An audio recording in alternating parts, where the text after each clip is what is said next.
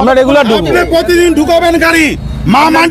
মা মাটি মানুষের সরকার, মমতা ব্যানার্জির সরকার, খেটে খাওয়ার সরকার, প্রতিদিন আসবেন। কোন বেটা এখানে দাদাগিরি করে আমরা দেখবো। আপনারা দেখতে পাচ্ছেন এই মুহূর্তে অবশ্যই আমরা ড্রাইভারের প্রতিক্রিয়া নেওয়ার চেষ্টা করব। তিনি কি বলছেন, কেন তারা ঢুকতে চাইছেন না, কি ব্যাপার? নমস্কার, আপনারা দেখতে শুরু করেছেন পশ্চিমবাংলা এবং সীমাঞ্চলের fastest growing and most lovable digital platform news today India. সভাপতি রাজের সঙ্গে আমি জব্বার আলী এই মুহূর্তে সরাসরি লাইভে ইসলামপুর বাস টার্মিনাস থেকে জলদ্দ একটা সমস্যা নিয়ে আপনাদের সামনে এই মুহূর্তে আমরা হাজির হয়েছি। আপনাদের জানিয়ে দেওয়ার চেষ্টা করব, শহরকে বাঁচাতে বাইপাস করা হয়েছে ইসলামপুর শহরের পূর্বতন 31 নম্বর জাতীয় সড়কের, যার এক মাথা শ্রীকৃষ্ণপুরে আর এক মাথা অলিগঞ্জে। সবথেকে বড় কথা হচ্ছে, দীর্ঘদিন যাবৎ এলাকার বাসিন্দা থেকে শুরু করে ইসলামপুর বাস টার্মিনাসকে ভর করে যারা শিলিগুড়ি থেকে কলকাতা বা কলকাতা থেকে শিলিগুড়ি যান অথবা শিলিগুড়ি থেকে ইসলামপুর আসেন, বিশেষ করে নাইট সার্ভিসের বেশ কিছু বাস তারা হচ্ছে বিভিন্ন অছিলায় বাইপাস দিয়ে বেরিয়ে যায়। আর তার ফলে বেজায় সমস্যায় পড়েছে সাধারণ মানুষ থেকে নিত্যযাত্রীরা।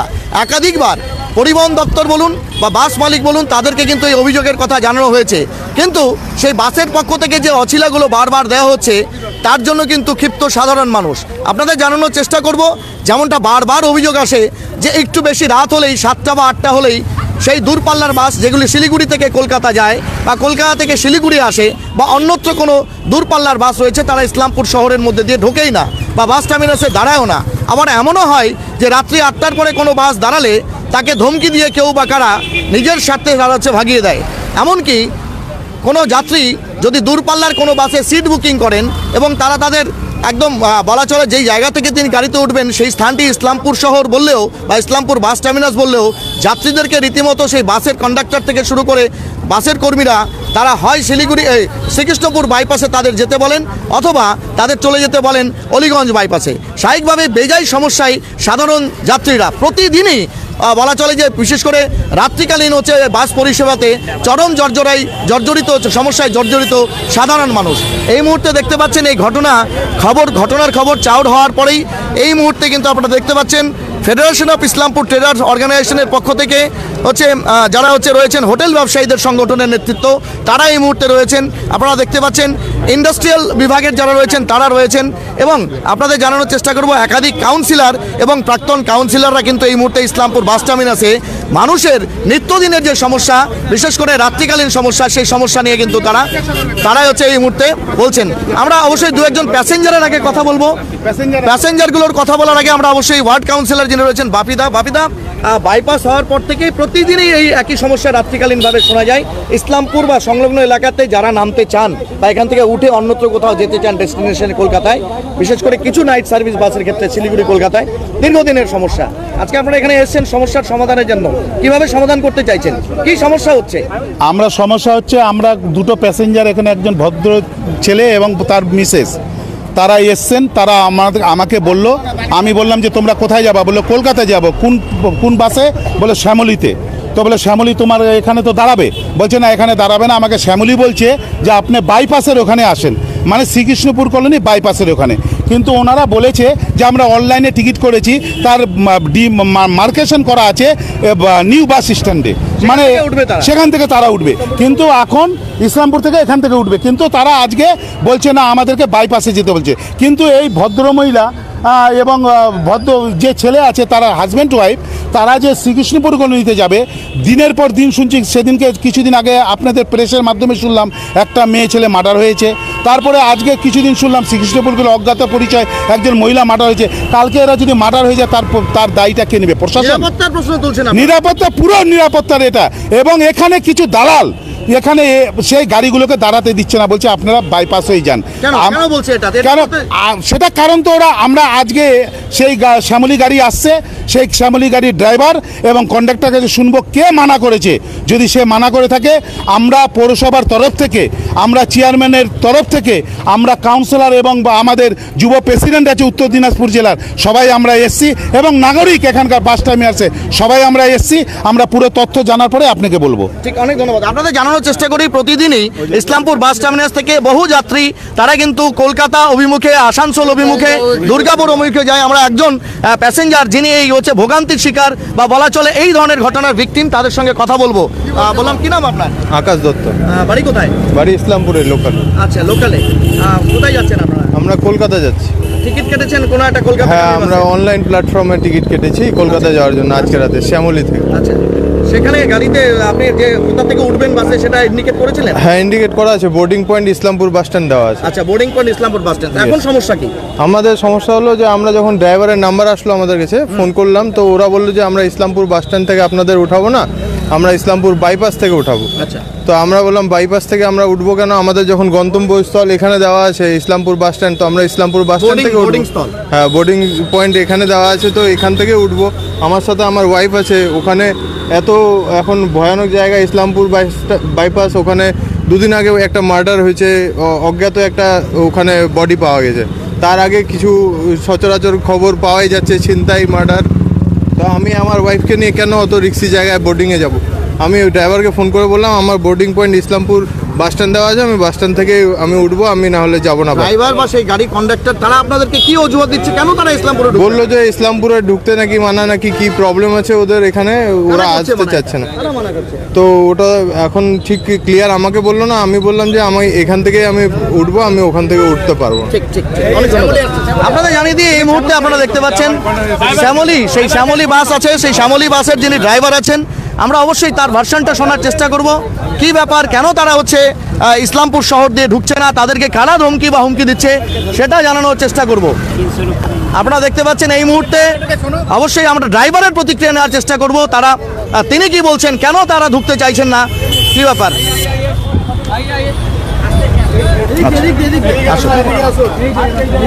আপনাদের জানিয়ে দেওয়ার চেষ্টা করি যাত্রী নিরাপত্তা।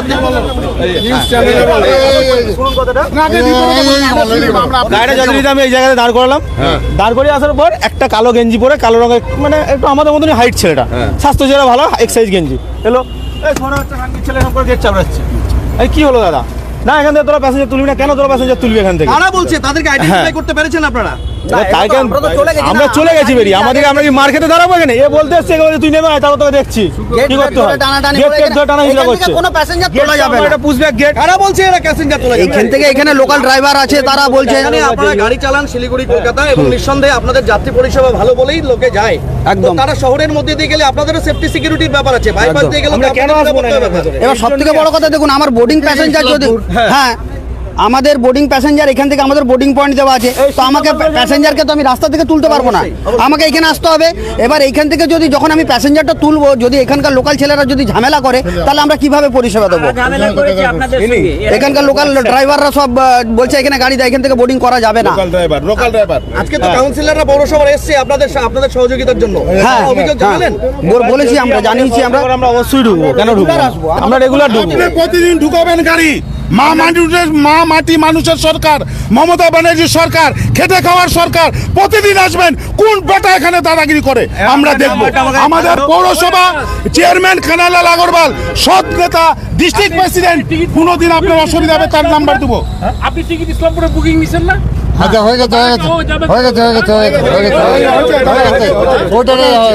আপনাদের কোনো অসুবিধা নাই, আপনারা নাম্বার রাখবেন। বিমল কুন্ডু, হ্যাঁ, বিমল কুন্ডুর নাম্বার আপনি প্রতিদিন আসবেন, আপনার কোনো অসুবিধা হবে। আমরা চেন অফিসে ফোন করবেন, প্রতিদিন দাঁড়াবেন। কোন বেটা দাদা আছে এখানে দেখছি,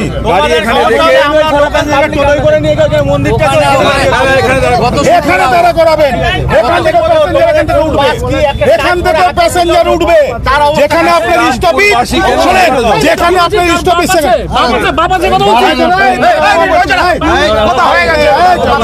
এখানে আপনার এখানে স্টপেজ, যেখানে ইসলামপুর থেকে কেন ট্যাক্স আপনি দেন, সরকারের ট্যাক্স আপনি দেন, গাড়ির ট্যাক্স আপনি দেন। ঠিক আছে দাদা, আপনি ফোন করবেন, ফোন করবেন, ফোন করবেন। দাদা শোনেন, একটা ছবি তুলে নেবেন, ছবি তুলে নেবেন। আমরা দেখানোর চেষ্টা করবো পৌর বোর্ড তারা সেই বাস কর্তৃপক্ষের সঙ্গেই আছে, এমনটাই আপনারা দেখতে পাচ্ছেন। এই মুহূর্তে নাগরিক মঞ্চের কে করছে আমরা দেখে নিব, ওখানে হয়ে যাবে। কে ইসলামপুরের কেউ বুকিং করবে আর আমাকে যেতে লাগবে বেঙ্গলে যেতে, কেন বাইপাসে যেতে হবে? ইসলামপুরের লোক আজকে বুকিং করবে, কেন 2 কিলোমিটার যাবে? এখানে দাঁড়া করাবে, এখান থেকে উঠবে। আমি কেন যাবো ইসলামপুরের লোক, আমি যাবো শ্রীকৃষ্ণপুর থেকে উঠবো। এখানে গাড়ি ঢুকাবে।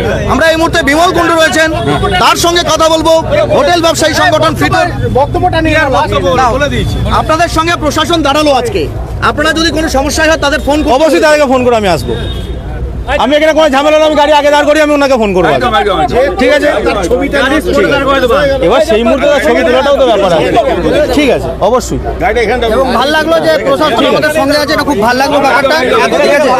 এতদিন তো এই ভয়ে ঢোকেননি যে এত তো- হ্যাঁ, যে ঝামেলা হলে কি করো, প্রশাসন আমাদের সঙ্গে আছে, এটা জেনেও তোলে। ভাই বুঝালো, ঠিক আছে, কোনো রাখলে আপনাদের জানানোর চেষ্টা করবো, এই মুহূর্তে দেখতে পাচ্ছেন প্রশাসনের পক্ষ থেকে আশ্বাস দেওয়া হচ্ছে দূরপাল্লার সেই সমস্ত গাড়িকে যে তারা প্রয়োজনে হচ্ছে প্রশাসনের দ্বারস্থ হবেন এবং যাতে যাত্রী নিরাপত্তার স্বার্থে তাদেরকে শ্রীকৃষ্ণপুর বাইপাস বা অলিগঞ্জ বাইপাসে নামতে বা উঠতে না হয় তার জন্য তারা সহযোগিতা করবেন এবং সেই দালাল চক্র তাদের বিরুদ্ধেও দৃষ্টান্তমূলক শাস্তি নেওয়া হবে এমনটাই কিন্তু জানানোর চেষ্টা করছে। জ্বলন্ত একটা সমস্যা, আমরা কথা বলবো এই মুহূর্তে।